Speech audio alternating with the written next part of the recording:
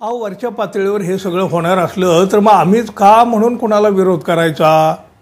Police cases आमच्या डोक्यावर का घ्यायच्या? स्थानिक पातळीवर आम्ही काय एकमेकाची डोकी फोडायची? आयुष्याचं नुकसान करून का घ्यायचं? आणि हे कशासाठी करायचं?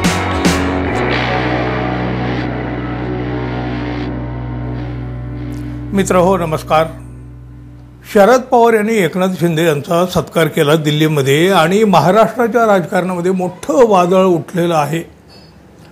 वादळ काय, त्याला आता म्हणजे भूकंपाची ही नांदी सुद्धा ठरू शकते कदाचित महाविकास आघाडीच्या बाजूनं. अहो महाविकास आघाडीला या सगळ्या घटनेनं मोठे हादरे बसलेले आहेत. शरद पवार यांनी एकनाथ शिंदे यांचा सत्कार केला. शिंदे यांच्यावर स्तुतीसुमनं उधळली. हे उद्धव ठाकरे आणि त्यांच्या सेनेला अजिबात नाही आवडलेलं आणि ते स्वाभाविकही आहे. अहो बघा, या सगळ्यावर शरद पवार यांनी तर फक्त स्मित हास्य केलं, तर त्यांचे समर्थक राजकीय संस्कृती, परंपरा असे काही काही गोडवे गाऊ लागलेले आहेत.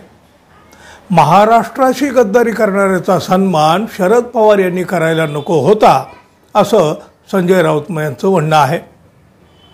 बघा, राजकारणामध्ये काहीही चर्चा असू द्या, त्याला काही वेगवेगळे अर्थ संदर्भ असतात सुद्धा, पण जो भाजपच्या विरोधी आहे, एकनाथ शिंदे यांच्या राजकारणाचा ज्याला राग आहे, असा सामान्य माणूस म्हणजे तो मतदार मात्र यामुळे नक्की दुखावलेला आहे.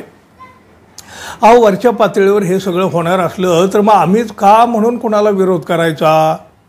पोलीस केसेस आमच्या डोक्यावर का घ्यायच्या? स्थानिक पातळीवर आम्ही काय एकमेकाची डोकी फोडायची? आयुष्याचं नुकसान करून का घ्यायचं?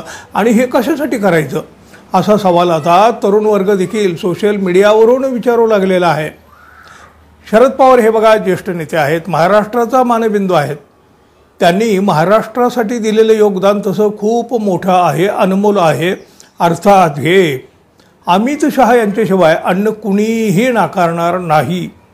पण त्याचबरोबर विश्वासघाताचा डाग शरद पवारांच्या कारकिर्दीवर कायमच चिकटलेला आहे. वसंतदादा पाटील यांच्यापासून हा डाग त्यांचा पिच्छा पुरवतोय आणि आता पुन्हा एकदा विश्वासघात हाच मुद्दा महाविकास आघाडीची पुढे आलेला आहे. महाविकास आघाडी स्थापन होऊ शकली ती शरद पवार आणि संजय राऊत यांच्या प्रयत्नामुळंच. आता बघा, त्याच आघाडीला जोरदार हादरा बसला, तो कुणामुळं? शरद पवार यांच्यामुळंच. म्हणजे बघा, महाविकास आघाडीचा पोपट मेला असं वर्षभराच्या आधीच देवेंद्र फडणवीस म्हणाले होते. तीच स्थिती आज संजय राऊत, म्हणजे आधी संजय राऊत आणि नंतर विनायक राऊत यांच्या शरद पवार यांच्यावरील टीकेच्या नंतर आली की काय, असा प्रश्न आता पुन्हा उपस्थित झाला आहे. शरद पवारांनी विश्वासघात केल्याचा गंभीर आरोप विनायक राऊत यांनी सुद्धा केलेला आहे. एकनाथ शिंदे यांना पवारांच्या हस्ते दिल्लीमध्ये पुरस्कार दिला आणि ठाकरे यांच्या शिवसेनेचं तीळपापड झालं, तो होणारही होता. संजय राऊत यांनी शत्रूंचा सन्मान केल्याची टीका केली तरी पण विनायक राऊत यांनी मात्र शरद पवार यांच्यावर थेट विश्वासघात केल्याचा आरोप केला. त्यामुळं महाविकास आघाडीची तब्येत बिघडत चालल्याचं दिसू लागलेलं आहे. शरद पवार आणि संजय राऊत या दोन्ही नेत्यांच्यामुळं महाविकास आघाडी अस्तित्वात आलेली आहे. शरद पवार यांनी उद्धव ठाकरे यांच्या भळभळत्या जखमेवर मीठ चोळलं आणि पण बघा, संजय राऊतांनीही ट्रॅक बदलला, त्यामुळं काही प्रश्न तर नक्की उपस्थित होत आहेत. आता बघा, काही दिवसाआधी स्वतः उद्धव ठाकरे यांनी आगामी महापालिका निवडणुकीत स्वबळावर लढण्याचे संकेत दिले होते. म्हणजे त्यांनीही वेगळी चूल मांडण्याचं जवळपास तसा इशारा तरी केलेलाच होता. संजय राऊतांची शरद पवारांवरील टीका म्हणजे स्वबळावर लढण्यासाठी ठाकरेंच्या शिवसेनेची ही रणनीती आहे का? विधानसभेच्या निकालानंतर महाविकास आघाडीत भविष्य उरले नाही हे ठाकरे यांच्या शिवसेनेला वाटू लागलं आहे का? उद्धव ठाकरे यांची शिवसेना महाविकास आघाडीतून बाहेर पडण्यासाठी एक्झिट तयार करते का?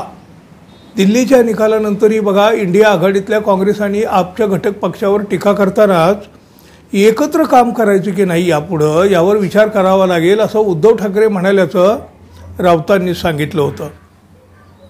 राऊतांच्या बोलण्यातून स्पष्ट दिसत आहे की ठाकरेंच्या शिवसेनेच्या डोक्यामध्ये पुढे स्वतंत्रपणे लढण्याचा विचार घोंगावतोय. म्हणूनच की काय, आम्हालाही राजकारण कळतं असं म्हणत राऊतांनी शरद पवार यांच्यावरही अप्रत्यक्षरित्या शंका व्यक्त केलीच. विनायक राऊत यांनी तर थेट विश्वासघाताचा ठपका ठेवला. आता उद्धव ठाकरे यांच्या मान्यतेशिवाय हे नेते मंडळी शरद पवार यांच्या विरुद्ध बोलणार नाहीत. यामुळं दोन्हीकडून हे राजकारण होतंय का, नक्की कोण कुणाचा विश्वासघात करतंय कळत नाही. पण नक्की हे लवकरच कळेल. त्याचे पडसाद भविष्याच्या राजकारणामध्ये नक्की दिसतील. पडसाद म्हणण्यापेक्षा प्रतिबिंबही दिसतील. आपण ते पाहूया.